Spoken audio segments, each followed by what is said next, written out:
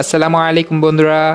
বাঘাকে বাঁচানোর অভিযান প্রথম পর্বে আমরা দেখেছিলাম কিভাবে তার জন্য আমরা খাবার তৈরি করে তাকে খাইয়েছিলাম, এবং তারপরে তার যেহেতু বাবা মা ছিল না, তার জন্য লাইটের নিচে একটা ব্রুডিংয়ের ব্যবস্থা করেছিলাম। সব কিছু ঠিকঠাকই চলছিল, তবে একদিন পরে আমি একটা জিনিস বুঝতে পারলাম। তার ঘাড়ে একটা সমস্যা দেখা দিয়েছিল, তার ঘাড় বাঁকা হয়ে গিয়েছিল, অনেকটা প্যারালাইসিসের মতো। তো বন্ধুরা, এই সমস্যা নর্মালি হয়ে থাকে যদি তার ব্রুডিংটা ভালোভাবে না হয়। যদি তার বাবা মা থাকতো তাহলে কিন্তু তার বাবা মা তাকে দিত, খুব সুন্দর সে তাপ পেত। বা যেহেতু তার এখন বাবা মা নেই, এই জন্য কিন্তু তাকে একটা নিয়ন্ত্রিত আবহাওয়ার মাঝে রাখতে হয়। 40 ডিগ্রির আশেপাশে যে তাপমাত্রা আছে, তার বয়স যত বাড়বে সেই তাপমাত্রাটা কমবে। এখন যেহেতু তার 4 দিন বয়স, এই জন্য তাকে কিন্তু 40 ডিগ্রির আশেপাশে তাপমাত্রায় রাখতে হবে। তো যদি এই তাপমাত্রাটা না পায় তাহলে কিন্তু এমন প্যারালাইসিস হয়ে যেতে পারে।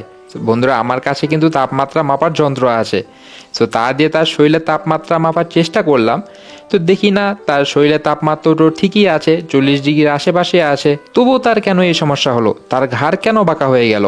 কিছুক্ষণ ভাবার পর আমি বুঝতে পারি, তাকে বাটিতে রাখার পরে তার শরীরের উপর দিয়ে কিন্তু আমি একটা কাপড় দিয়ে তাকে ঢেকে রেখেছিলাম। তাদের বাবা মা যেহেতু তার উপরে থাকে, পশমটা দিয়ে তাদেরকে ঢেকে রাখে, তো আমিও ভেবেছিলাম ঠিক আছে, ঠিক তার বাবা মার মতোই আমি তার শরীরের উপরে একটা কাপড় দিয়ে রাখবো এবং উপর থেকে আমি তাকে একটা তাপমাত্রা দিব।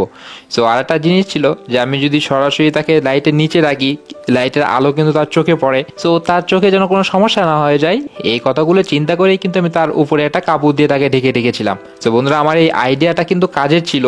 তার মধ্যে সে ভালোভাবে তাপ পেলেও সে কিন্তু তার মাথাটা কিন্তু ভালোভাবে নড়াচড়া করাতে পারছিল না।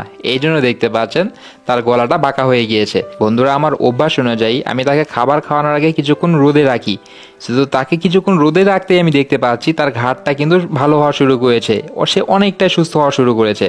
তো এই জন্যই আমি দ্রুত বুঝে যাই তার উপরে যদি আমি কাপড় দিয়ে ঢেকে রেখেছিলাম, এই জন্য তার এই গলায় সমস্যা হয়েছে, অন্য কোনো সমস্যা নেই। তো বন্ধুরা, এখানে একটা খুশির ব্যাপার হলো, তার বয়স যেহেতু এখন 6 দিন হয়ে গেছে, সে কিন্তু অনেকটাই বড় হয়ে গেছে। এমন অবস্থায় তাদের বাবা মা কি করে, তাদের কিছুক্ষণ তা দেয় এবং কিছুক্ষণ তাদের খোলা রাখে, আর এভাবে তাদের খোলামেলা আবহাওয়ার সাথে তাদের পরিচিত করে তুলতে থাকে।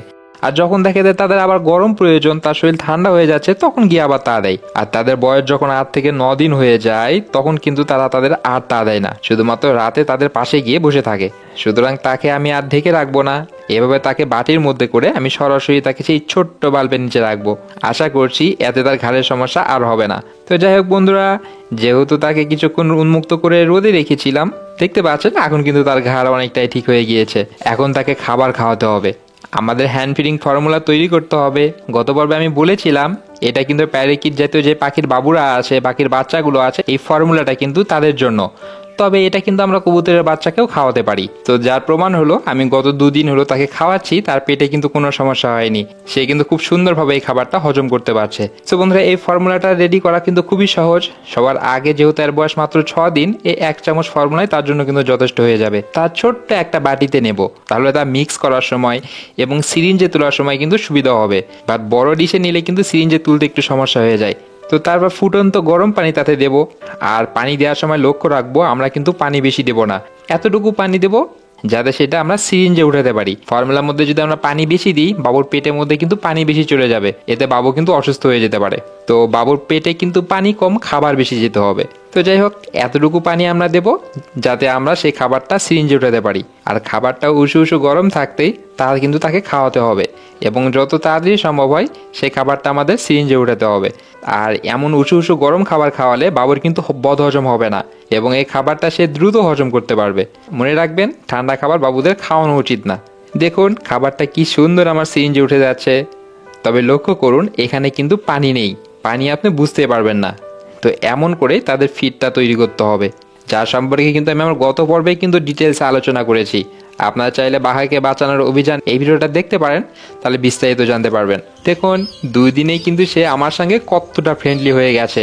আমার হাতে খাবার দেখেই সে কিন্তু রীতিমতো যুদ্ধ শুরু করে দিয়েছে। গত পর্বে আমরা দেখেছি তাকে আমার কিন্তু সময় নিয়ে আস্তে আস্তে তার মুখের মধ্যে 1 ফোঁটা 2 ফোঁটা খাবার দিয়ে তাই কিন্তু গেলাতে হচ্ছিল, এতে কিন্তু আমার অনেক সময় ব্যয় হচ্ছিল।